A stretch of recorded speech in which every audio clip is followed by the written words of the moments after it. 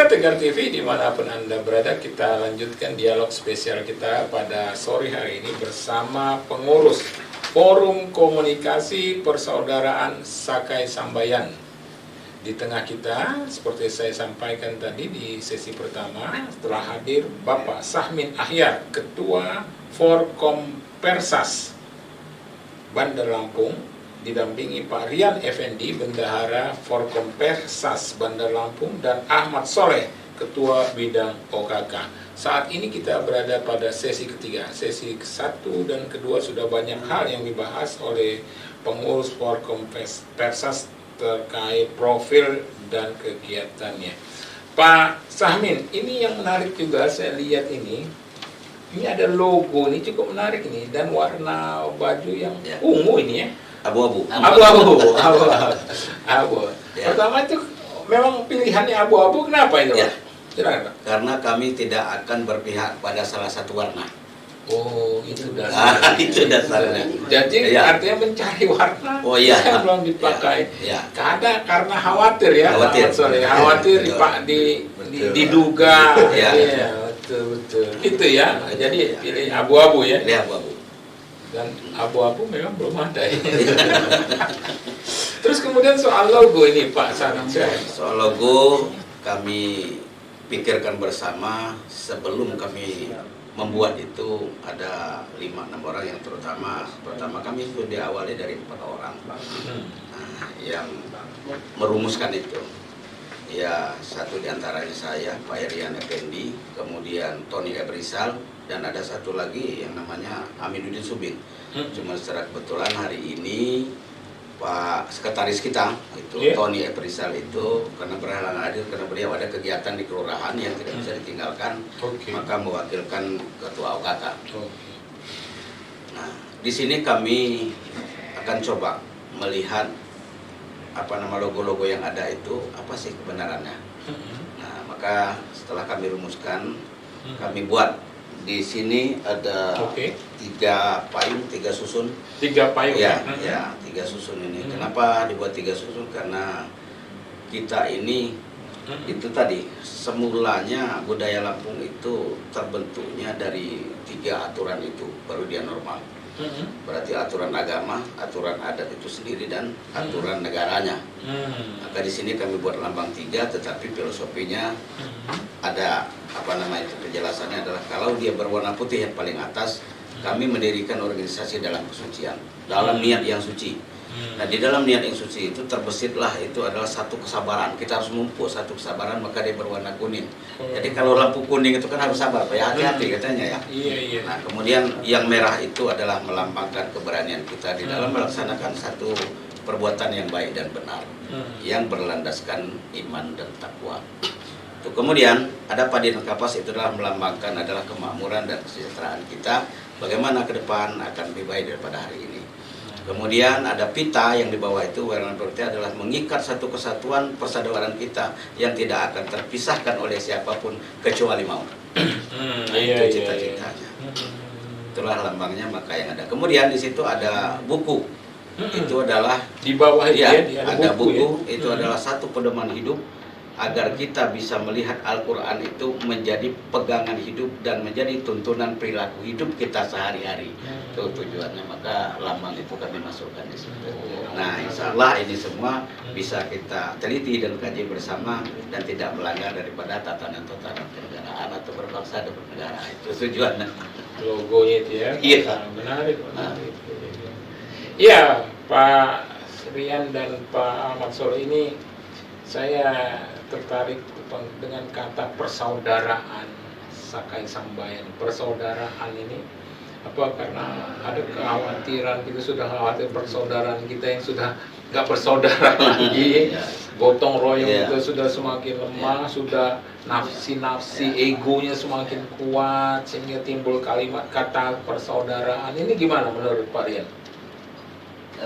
Kalau menurut saya persaudaraan Sakai Sambayan, kita bersaudara semua dari beragam suku dan beragam agama yang ada di Kota Bandar Lampung khususnya, disatukan menjadi sebuah perkumpulan dan persaudaraan dan diakumulasikan harus bergotong royong. terjadilah dikemas dalam Sakai Sambayan. Jadi Sakai Sambayan itu kan kalau secara globalnya itu adalah kegotong royongan. Sakai Sambayan. Jadi forum komunikasi persaudaraan Sakai Sambayan. Kita yang bersaudara dengan beragam macam kultur yang ada di Kota Bandar Lampung, beragam suku dan budaya, dikumpulkan dalam satu persaudaraan dan diikat dengan kegotong royongan. Iya, betul. Bukan berarti kita sudah khawatir kita nggak bersaudara. Gimana itu Pak? Tidak ada ke situ, tapi lebih kepada bagaimana kita saling menjalankan kehidupan di tengah masyarakat ini, kita menularkan kepada anak-anak bangsa kita, turunan-turunan kita, bagaimana melestarikan budaya, bagaimana cara bermasyarakat yang baik, bagaimana kita hubungan human relation dengan masyarakat di grassroots terutama, sehingga tradisi-tradisi yang di luar kota, di Jakarta dan lain-lain yang katanya anarkis dan lain-lain, insya Allah di Kota Bandar Lampung dengan kehadiran Sakai Sambayan ini bisa kita eliminir tingkat-tingkat seperti itu. Makanya dibangun dengan persaudaraan. Dengan persaudaraan Sakai Sambayan yang dikemas dalam bahasa kita gotong royong. Pak Ahmad Soleh, ada komentar soal persaudaraan itu Pak? Ya, terima kasih. Bahkan menurut saya bahasa tadi perpecahan tadi, kami di Forum Prestasi ini di Sakai Sambayan ini untuk mengkanter dari isu-isu luar, isu-isu yang nasional itu bahwasanya sudah terpecah lah segala macam. Justru kami di Forum Prestasi ini membangun persaudaraan itu dengan tidak melihat yang di atas atau di pusat. Di Bandar Lampung kita pastikan di Forum Prestasi ini persaudaraan kita tetap ada, dalam artian tidak tercerai berai, dan untuk kegotong royongan kita terus bangkitkan lagi apa yang ada isu-isu dari nasional itu supaya tidak melebar ke daerah Lampung khususnya. Gini itu. Iya, karena ini Pak Sami, kita kan sekarang ini tahun politik nih, Pak Sami. Masyarakat kita kan berbeda-beda pilihannya, berbeda, partai politik juga berbeda-beda dan sebagainya, kan khawatir perpecahan dan sebagainya. Gimana Pak Sami? Baik, terima kasih. Kami bukan mengkhawatirkan masalah itu, tapi kami akan coba dan akan kami laksanakan, terutamanya di dalam forum kami. Kami akan sama-sama memahami dan mendidik masyarakat yang belum memahami tentang masalah politik, ya. Politik itu boleh saja dia berkembang, tetapi kalau pilihan berbeda jangan ribut. Yang kedua, berbeda pilihan ini. Yang kedua, mari kita buang jauh-jauh lah kalau mau masuk ke ranah politik itu, jangan sampai mengembangkan kapan ada yang mohon bantuan dengan kita Wadi Piro itu orangnya buta-buta politik, orang-orang yang begini. Berarti inilah satu-satu manusia yang akan menjadi penghancur negara ini. Nah, kalau mereka masuk di dalam ranah kancah politik, ingin memilih si A, si B karena bayaran sekian, ini salah satu di antara manusia yang akan menghancurkan negara ini. Nah, jadi jangan dikira karena kita berbicara itu ada keuntungan bagi kita. Tidak. Kalau kita memang betul ingin masuk ke kancah politik itu, siapa yang membantu dengan ketulusan? Kita lihat orang itu, apakah mampu dia akan memimpin Kota Bandar Lampung, apakah dia mampu memimpin provinsi. Jangan karena kita pilih asal pilih, yang penting kita dapat uang, itu jangan. Itu akan kami money politik itu ya. Money politik itu. Karena pertama ya itu tadi ya. Kita negara kita ini bisa rusak semua kalau semua masyarakat berpikir demikian. Dengan uang 100-200 ribu 5 tahun kita tersiksa. Tetapi kan kadang-kadang tidak berpikir demikian Pak. Tapi kami di dalam organisasi tidak berpikir ke arah itu. Yang kami pikirkan bagaimana kami mengembangkan potensi-potensi yang ada pada kami untuk kepentingan generasi-generasi penerus. Yang pertama masalah budaya.